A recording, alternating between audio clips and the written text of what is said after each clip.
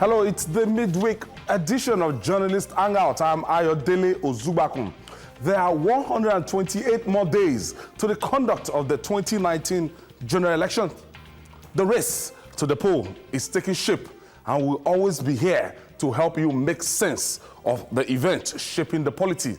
Today on the program, National Assembly reconvenes amid calm as lawmakers raise panel over 16 bills rejected by President Muhammadu Buhari. INEC bars Zamfara APC from fielding candidates for 2019 elections over failure to meet October 7th deadline for primaries. And later on the show, stalemate over minimum wage. Government organized labor yet to agree on a figure.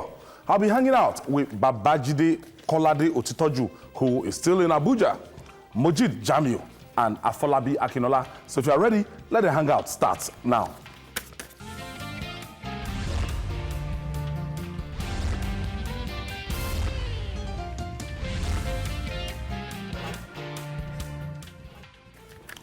Many thanks for joining us.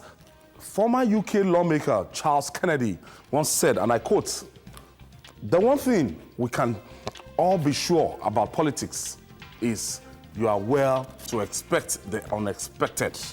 Ahead of the long-awaited resumption of the National Assembly, Senate Majority Leader Ahmed Lawan had told us to expect a rowdy session and possible removal of the Senate President, that's Abubakar Bukola Saraki.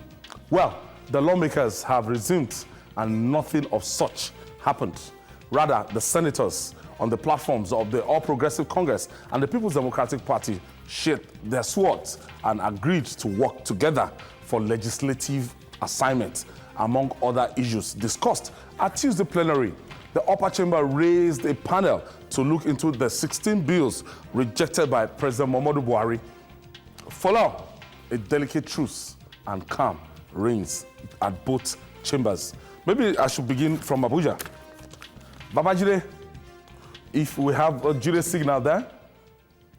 All right, Jide, we thought it's going to be a rowdy session.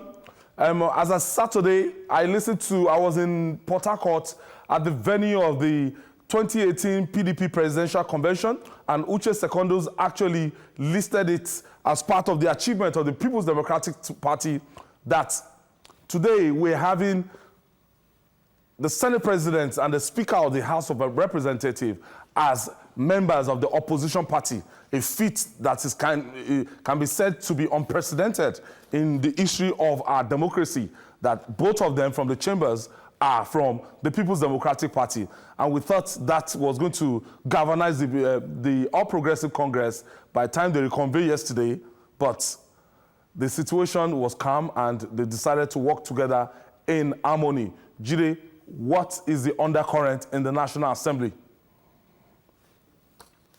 Well, for those who listen to us and are not consumed by emotions, I've talked about the possibility of Bukola Saraki surviving impeachment. I looked at the situation at the time, and my conclusion was that Bukola Saraki was able to buy time. Remember, I predicted that Bukola Saraki would not open the Senate until after the primaries of the parties, if you will remember.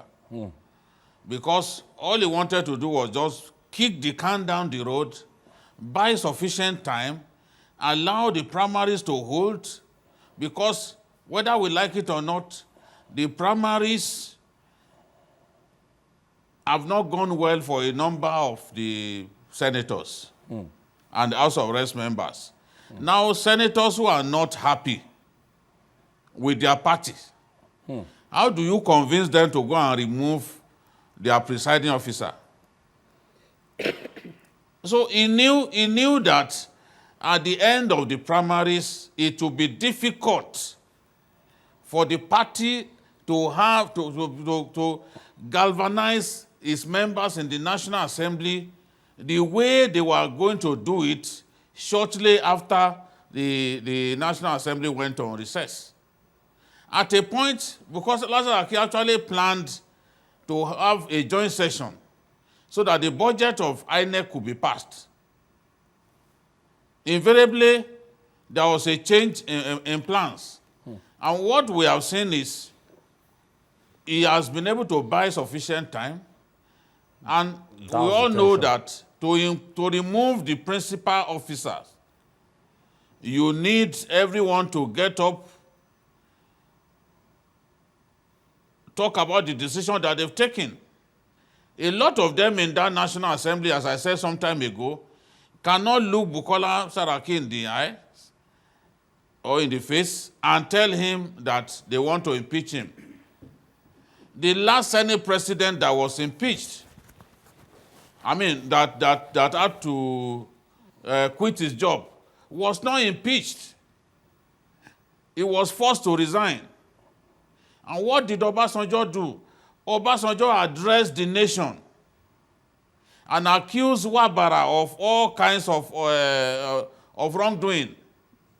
Wabara was sufficiently harassed to the point that he had to quit on his own. National Assembly members are always reluctant to remove their leaders, especially if the removal is prompted by the executive. They're always reluctant to do that. So the strategy was for a good number of them to stay away on the first day. So once the message is clear that you do not even have enough members to carry out the impeachment, you are bound to slow down. Remember, Bukola Saraki boasted the other day that the people who are saying they want to remove him do not even have the number. They are not even in the majority. So the damage that the rancorous primaries of the APC have caused is one reason Bukola Saraki feels confident that he's going to keep his position. It is immoral for someone who is in the minority to be the Senate president. And if they are saying they are not in the minority, how come Senator Biodun Olujimi easily reverted to the position of minority leader? But to get enough senators to remove Saraki is a tall order, is a long shot. Okay. And this had been predicted. People who watch us regularly know that this was predicted. Then going to the House of Reps, the Senate whip, Adodogwa, has said it is not even on the cards to remove Yakubu Dogara. He's saying that Yakubu Dogara has not committed any offense.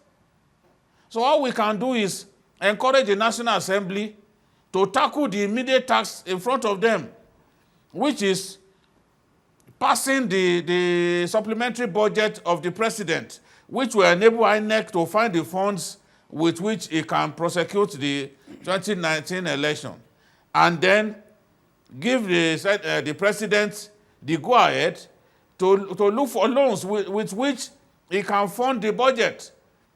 Because taking loans is provided for in the 2018 budget as a means of funding it.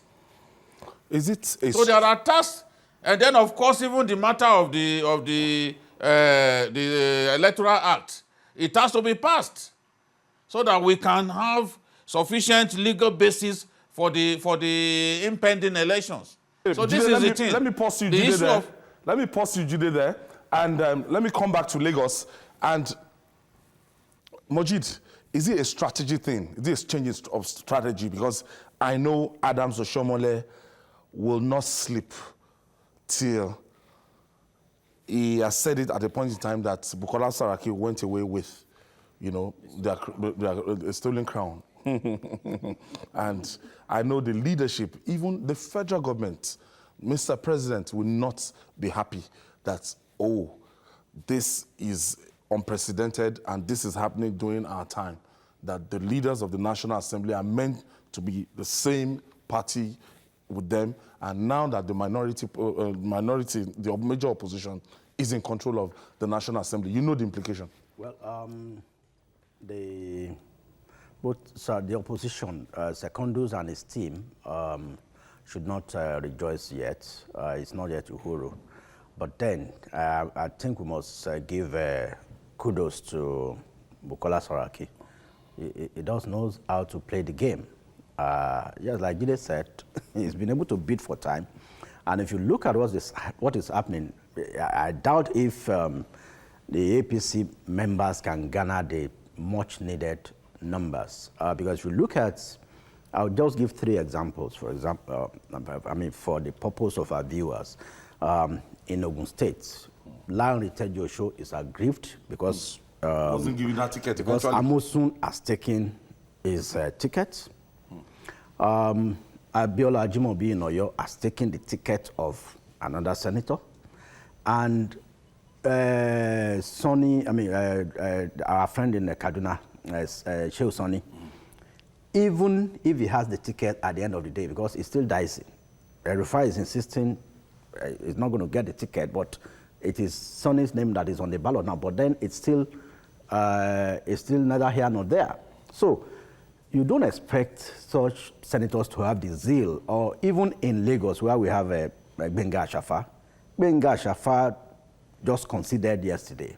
And it was a tough battle because at a point we thought all the 3 senators in Lagos will go unopposed, but then we have Bayo Shino, also known as Pepe, going in to replace Ashafa for Lagos. So I think that those are just 4 examples. There are so many others, like even in Imo State where Okrosha is coming in as a senator is displacing another APC senator. So we have all these instances, like Jide said. They are aggrieved. So the zeal to want to push for the impeachment of Saraki is no longer there. The party wants us to dance to their own tune, and the party has not danced to our own tune. Yeah, and you can see a strong female emerging after Florence Itagiwa.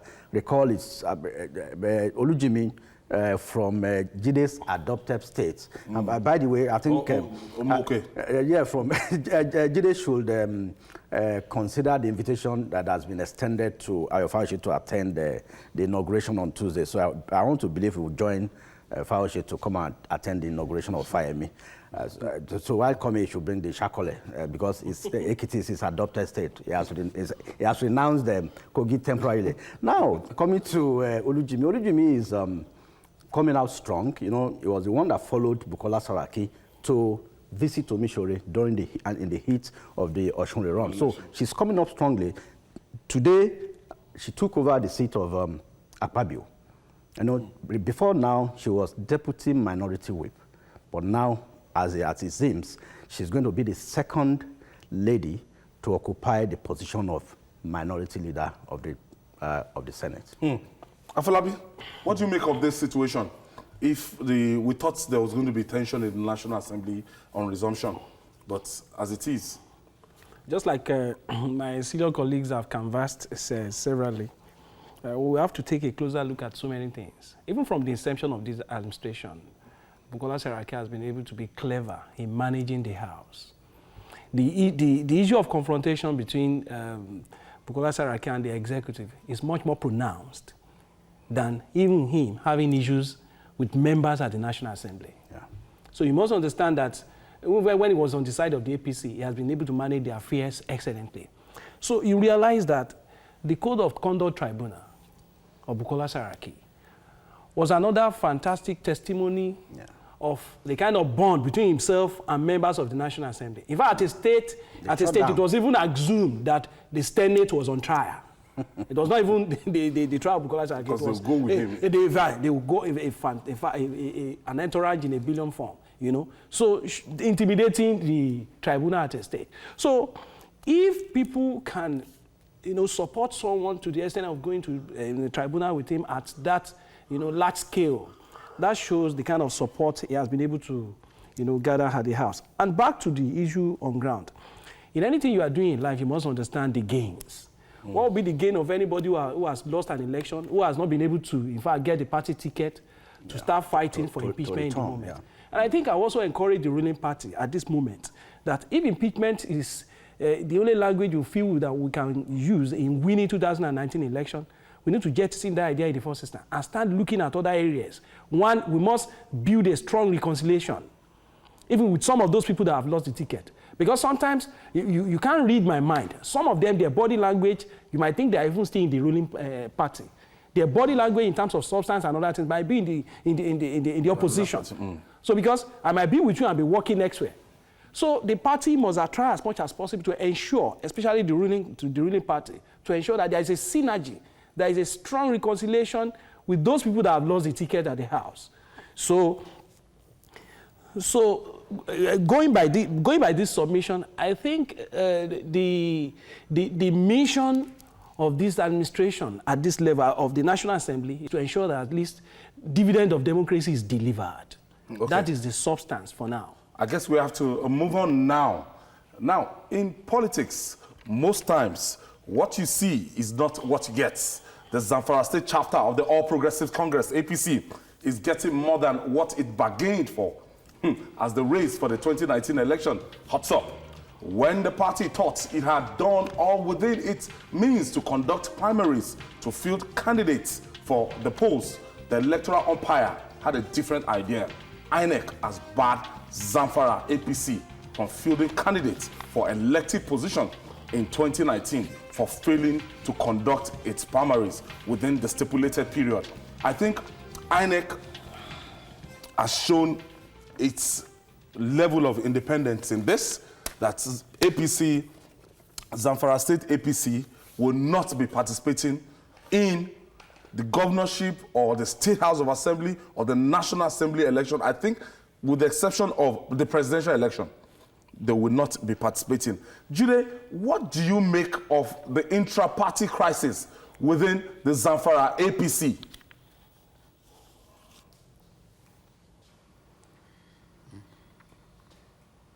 Yeah. Hello? Yes. What do you make of the intra-party? Okay. The intra-party crisis in Zamfara State is really something that puts democracy to shame. But a lot of the primaries of the APC were characterized by violence, imposition of candidates, vote rigging in some cases, snatching of ballot boxes, results being collated in government houses, and other infractions. All efforts by Oshiomhole to sanitize the process were clearly subverted by selfish governors. And so one is not surprised that the party couldn't come up with its list in good time. And that is what INEC has had reason to complain about. Because other parties had primaries, and INEC noticed that in the case of Zamfara, they couldn't even agree on what days the primaries should take place. Now, in the correspondence, in INEC's correspondence to the party, which was not meant to be public, INEC raised a lot of these issues. But Oshiomhole replied this afternoon that it was wrong of INEC to come up with this kind of position. And Oshiomhole's argument is that in the INEC timetable and guidelines released on January 9, 2018, INEC stipulates that parties have up to October 18 to submit the list of their candidates. And he is saying that we still have some time before we get to October 18. Again, Oshomole said conduct of primaries is not the only means by which party candidates can emerge. And he is claiming that between October 6 and 7 at City King Hotel, Gusau, that the aspirants of the APC came together and agreed on a consensus arrangement. And he's saying that they are still in the process of addressing grievances that arose out of the primaries, after which a list would then be transmitted to INEC. So he is saying that INEC was hasty in coming up with this letter, especially when INEC didn't inform the party before now that it had every reason to believe that it had contravened the law by not coming up with its candidates in good time. So Oshomole and the party have rejected INEC's position. They are saying that they still have time within which to submit the list of their candidates. So they do not agree with the INEC position. So in my view, because INEC cites the law as well, in my view, the courts may have to decide on this matter. This is the way that I see it. The courts may have to intervene. While we might be waiting for, politicians with their options. Yeah. Effectively now, this, APC is the ruling party in Zamfara State. Yeah. And effectively now, it's like you're going to be shutting them out of the governorship, the state house of assembly, their political structure in the states. Yes, so I want to... if they don't go to court, let's say they want to go to court while waiting for that litigation and they have deadline, what are those options available? Well, I think I need to correct Jide a bit. INEC released its timetable more than a year ago. Conduct of party primaries is between August 18 and October 7. It is there in black and white. August 18, 2018, and October 7. That's conduct of primaries. But you have up till October 18 to submit and substitute. So there are two different things. Okay. Conduct of party primaries ends October 7, but you can submit or substitute up till October 18. So, except the Zamfara APC can show proof that they had a consensus arrangement or they had a primary witnessed and signed, endorsed by INEC in Zamfara State. That's the only way they can field candidates. You see, the days of lackadaisical attitude, impunity are over. And if truly we want INEC to be independent, then we must play by the rules. You had all the time in this world. You had between August, you had more than a year. This timetable was not released yesterday.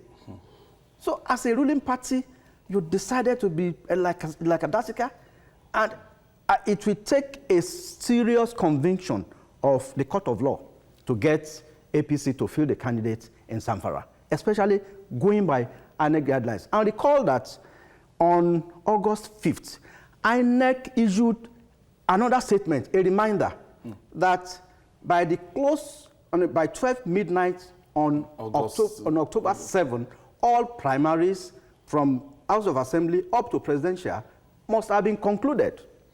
So everybody started, as in, yes, and their own primary very close to the yes, it's not only APC that is going to suffer that fate. Recall in Chokoto, Munir Dan Iya I mean, the PDP in Sokoto is saying that Tambuwa, you can't eat meji in Naba Alade, as Yoruba people will put it. It's your cake and have it. They have shot Tambuwa out. Except something happens, Tambuwa would lose out both in presidential and governorship. So Munir Rania is the candidate submitted by Sokoto PDP.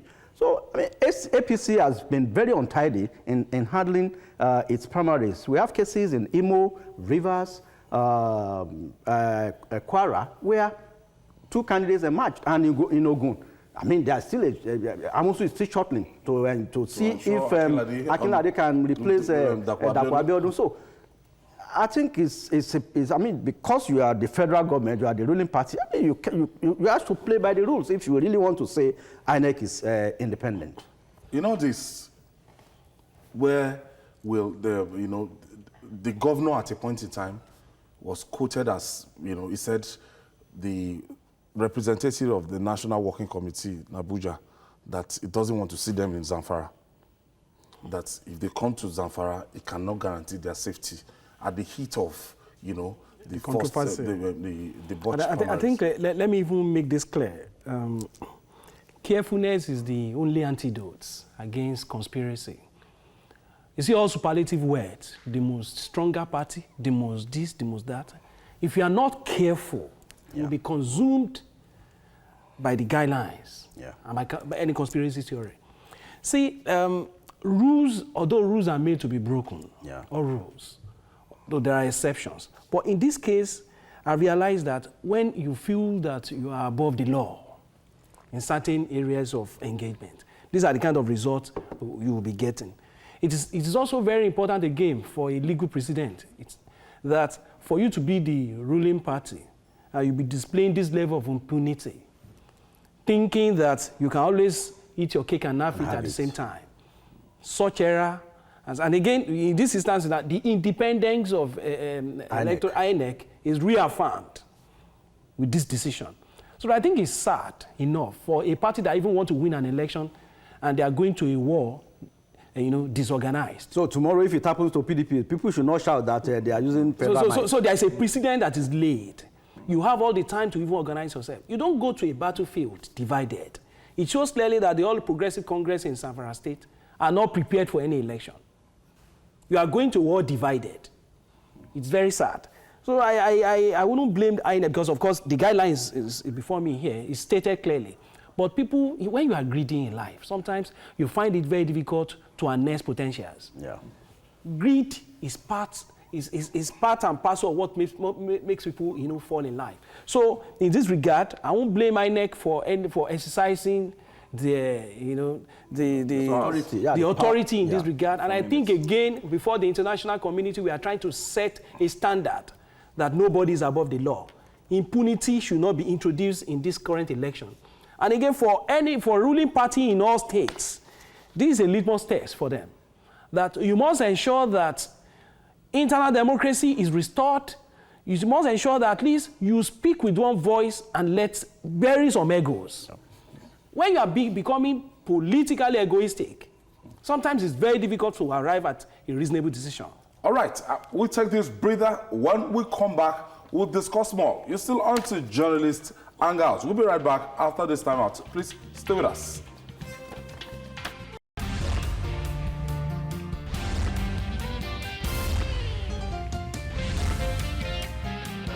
That's it, Joe. You're welcome back. This is Journalist Hangout. If you're just reaching us, we're reaching you live from our headquarters here in Lagos, Nigeria. And we are looking at the intra-party crisis in Zamfara All Progressive Congress. Effectively, the Independent National Electoral Commission, that's the umpire, has stopped the All Progressive Congress from participating in the 2019 election. What a big blow. Babajide, let's go into the politics of this now. What is really happening in Zamfara State? Why is it that stakeholders cannot come together and choose a successor for Governor Abdulaziz Yari? Why is it that Yari is finding it difficult to convince stakeholders of a likely successor? Because I feel that he has he has done his bits for 8 years, and before now, he should have actually carried the stakeholders along on who will succeed him. Actually, this shouldn't have happened. I agree with Mojit that there's absolutely no reason why the party had to wait this long.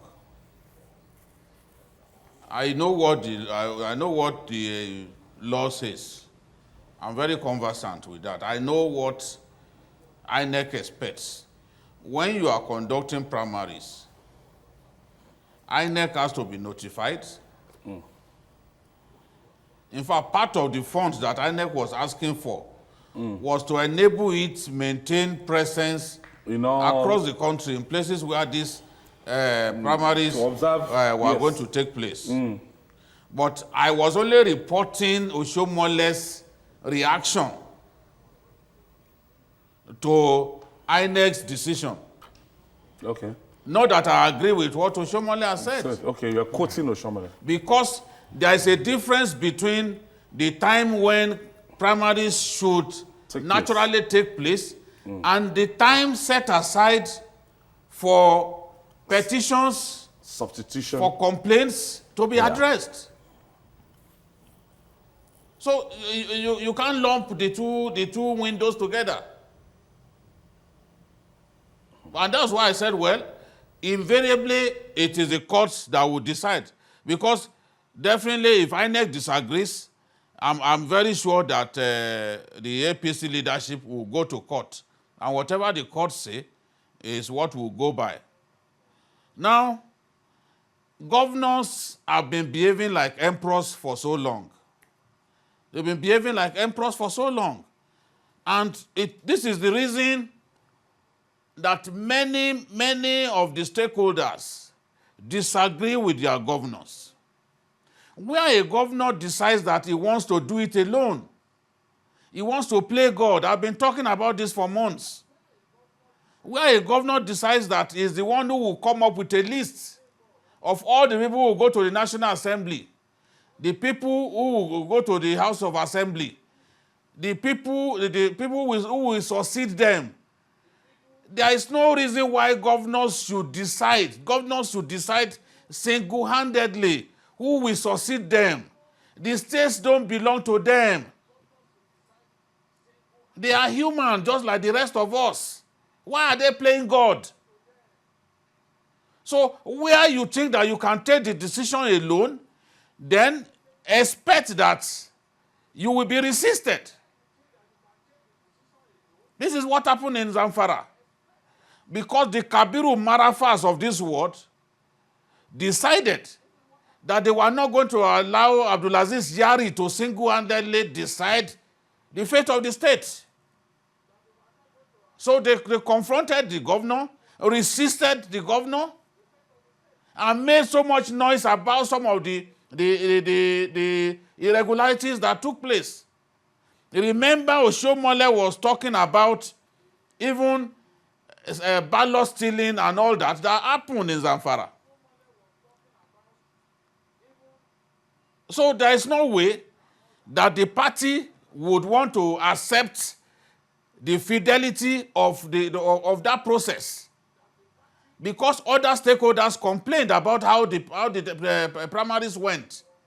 So if there had been unity within the APC in Zamfara, if the governor had reached out sufficiently, because there were many governorship candidates, including his in-law, Mahmoud Ashinkafi.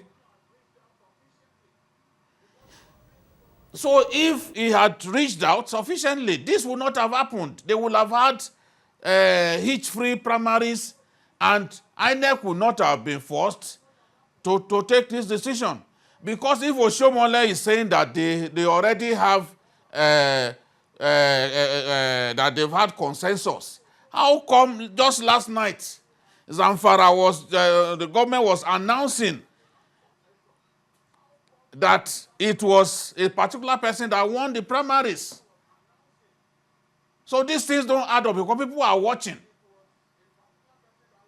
Oh. So if you are just announcing just yesterday that it was also person won the governorship primaries, you are sending a signal to INEC that the process was concluded at the end of the expiration, upon the expiration of the time ceiling that INEC, the electoral body, set. You can't decide that so late. So this is what is happening. All right, Jude. I hope that there will be a resolution at the end of the day. We just hope because so. It is a disservice to the people of Zamfara that their leaders cannot work together, that their leaders cannot show unanimity. And the party will not partake in that election. It's going to be, it's actually the first time I'll be hearing of this kind of, INEC wielding the big stick like this. Yeah, like I said earlier, it shows that INEC is really independent, and I hope they can pull it through. It will serve as a deterrent to other parties. And you know, like I said, I think some of these governors have something to learn from the constituted authority himself, the Kosheleri of Oyo State. I mean, there was a rancor-free primary in Oyo State APC where Bayo Adelabu emerged. I mean, I learned that he called all of them to a meeting and asked the major contender, Joseph Tegbe, to step down. And that one willfully stepped down and congratulated the person that won. The likes of Niyi Akintola San and other major contenders.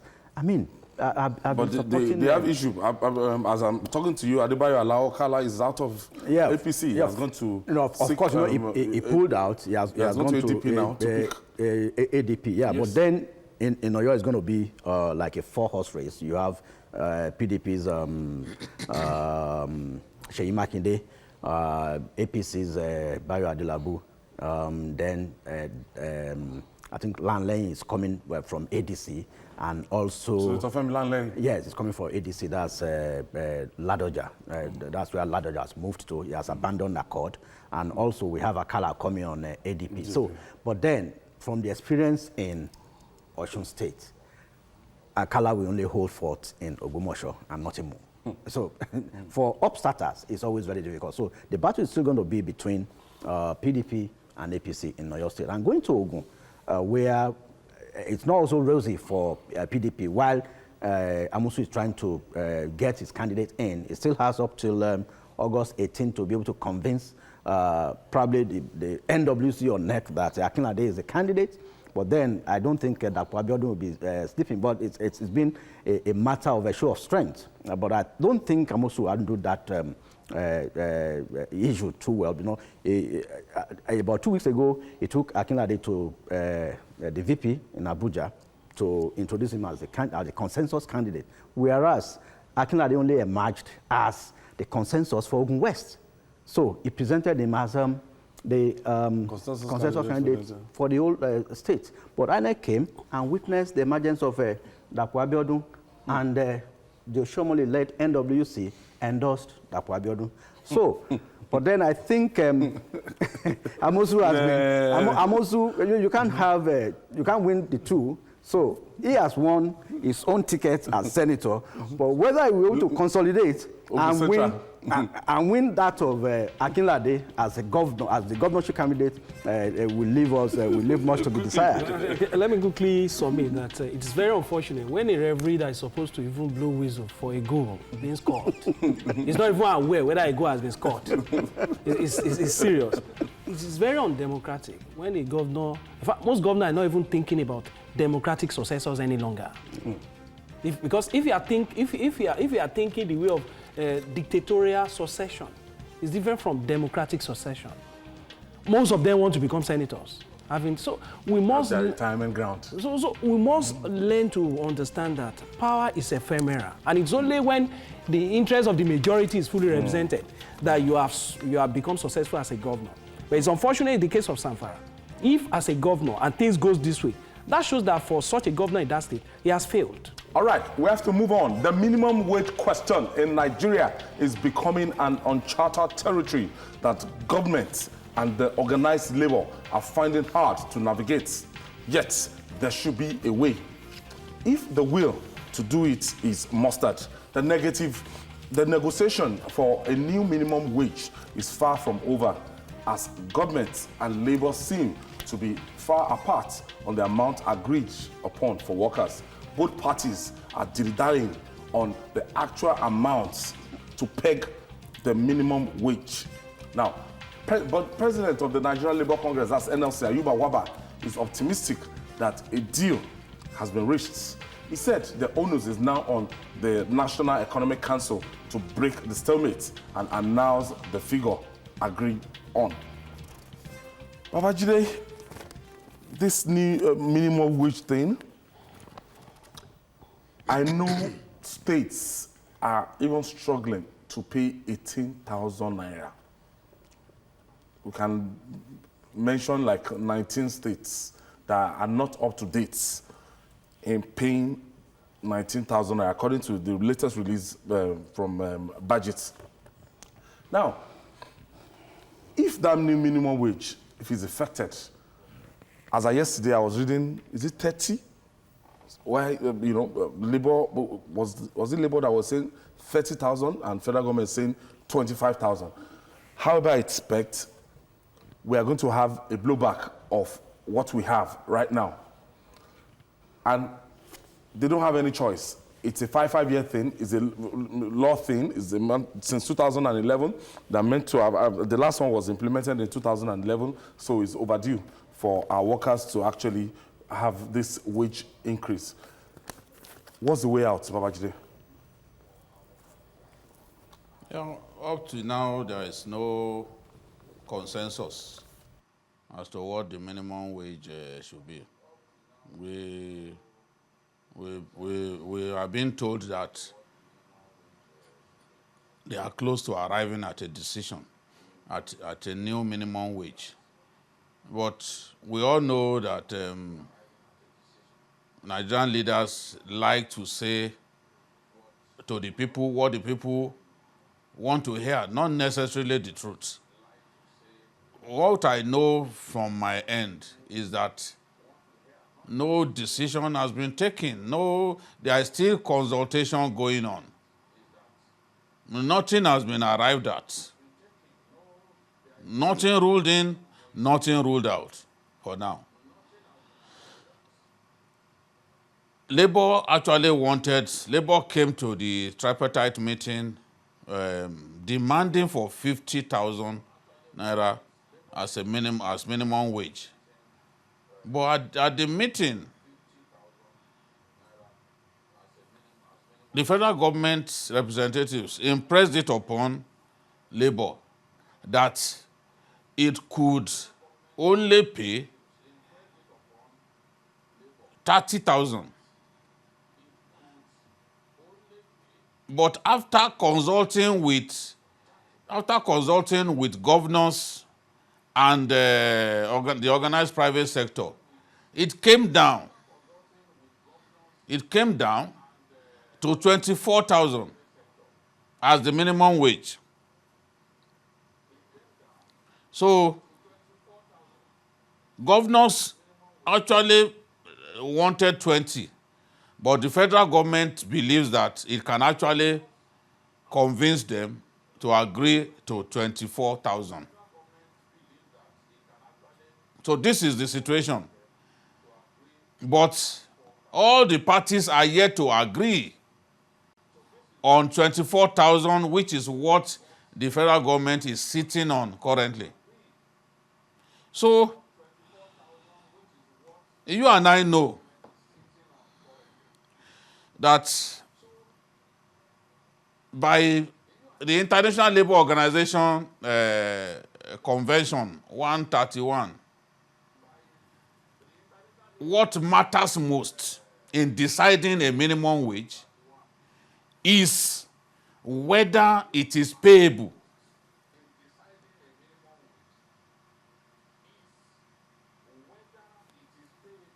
Because if it is not payable, then it makes no sense to come up with a minimum wage that the people, that the government cannot afford. one of the factions of Labour was actually banding a figure of 93,000. You and I know that this is ridiculous. We want workers to be paid what is reasonable. But in the light of what we are going through now, you and I will agree that 93,000 is not reasonable. But the negotiations are going on with the mainstream Nigerian Labour Congress, which is headed by WABA. So I'm convinced that the fullness of time, we will have a new minimum wage, because whether we like it or not, it's a constitutional provision that after every 5 years, there has to be a new minimum wage. The last time the minimum wage was adjusted upwards was in June 2011. So we are due for a new minimum wage. So the parties must continue to talk. After the last tripartite meeting, they should meet again so that we can actually put this matter to bed.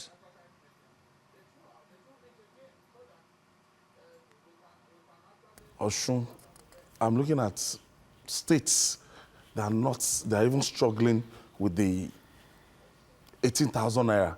No. I'm not happy that you are starting with Ekiti. You should start with Kogi. And I'm also involved. I'm from Osun. So we are both. So the two states he has cited now. And also, Jide is in Abuja, is from Kogi, but he has adopted Ekiti. So now, I think to put it in a proper perspective, I think the organized labor, we have four figures we are looking at now. The organized labor has come down to 30,000, while the organized private sector is talking about 25,000. Federal government is talking of 24,000, while states are saying they can move 2,000 inch from 18 to 20K. So now we have, we have four. 18 to 20K. Yeah, what's the difference between we have four figures. so organized organized labor, that's the civil servants, federal ministers, federal workers. 30,000, they have agreed. They have come down from 50 to 30. Okay. Organized private sector, the conglomerates, the mobiles, the Cadburys, that's not fair. They make money. 25K, and the banks. Okay. Now the federal government, 24,000, and the states, 20. Now, I think they should look at an average. The average of this, I've helped them to compute it, is 24,750. So 24,750 the average is of all the average the stakeholders of these four.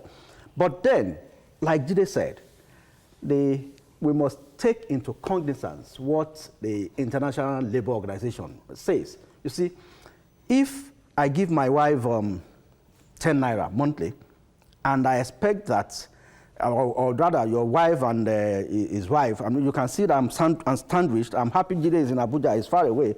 I imagine, see, I do expect that you give your wife 10 naira, you should give your wife 15 naira. But you look at your size. The capacity. No. It's not by size. No, this capacity. One has size. And he should be able to give his wife 20K. But I can afford 10K. So if we look at the average, I know Jide can afford 30,000. 10K, can you not buy you a bag of Igbo rice? I know Jide can afford 30,000. So honestly, I think they should, if they can adopt the California model, which I suggested to them, that is an annual increment of about 3% over a 5-year period, which can actually be more than this, rather than pushing an increment of about 12,000 on of minimum wage. At once. So I think we should look at an annual average instead of this 5-year thing. I think I want to make some modifications in this argument canvassed so far. The purchasing power of every human being, even for any economy, is very important, because economics made it clear that human wants are insatiable. You can add infinitum. You need this, you need that. But if the purchasing power is not there, that's a big issue. So it's much more important to understand that an economy that is not even diversified, whose main income is purely on oil, even in the last 5 years that we have been talking about, with reference to what Jide said, what inputs has Nigeria made in terms of income generation, in terms of creative thinking, which is affecting most states? Value addition. Which is affecting most states. What ideas, what creativity have we injected in terms of comparative advantage of international engagement as far as business is concerned? So, again, it is sad that those who decide the fate of Nigerians are people whose income cannot even be reviewed. How do you marry this income of the downtrodden that's disadvantaged with people at the ends of affairs, from executive to legislative? We know that judiciary, they are on consolidated revenue accounts. Yeah. But in this instance, the cost of living in Nigeria is becoming more alarming. What we earn is not equivalent to what I can refer to as reasonable standard of living. Let me take a final submission from Jide in Abuja. Baba Jide, so are we going to say if they agree on 25,000 or 30,000 at the end of the day, are we not going to factor in states that don't have enough internal generated revenue, states that are having backlogs of salaries to pay? Are we not going to factor them in? Because if you are saying 30,000, let's say that is what they agree upon, how will they pay it? Well, it goes back to the letters of the Constitution. The Constitution says there shall be one minimum wage. Just the same way it says there shall be one police. Against the spirit of federalism. Everything, you see, everything that you said can only happen if an amendment comes to the Constitution. If an amendment happens, then we can then say states should pay based on their capacities. Because you do not expect me, there are people who can earn as little as 20,000 and still get by in some Nigerian communities. But the minimum wage, the current Nigerian minimum wage, you have been to Port Harcourt a number of times, or even Owerri. Those are very expensive cities. Owerri, Port Harcourt, you must earn ample money to survive in those places. And what comes to you as minimum wage is very low. So I don't think that it is fair to subject all Nigerian states to the same minimum wage. People should only pay what they can afford. That is one. I admit that there are avenues, so many avenues through which the resources of our nation are leaking. We need to do something about the obscene wages of National Assembly members. I'm not talking about their salaries, because their salaries, as prepared by the Revenue Mobilization and Fiscal Commission, is not huge. But the devil is in the allowances that they earn. The devil is in the allowances, and you and I do not know what each senator goes home with at the end of every month. Those funny allowances for buying newspapers and the rest of them. Something must give. You give a governor 350 million as security votes, and we do not see what he does with it. So those avenues have to be blocked, and then let us be able to find sufficient funds to be able to pay our people living wages.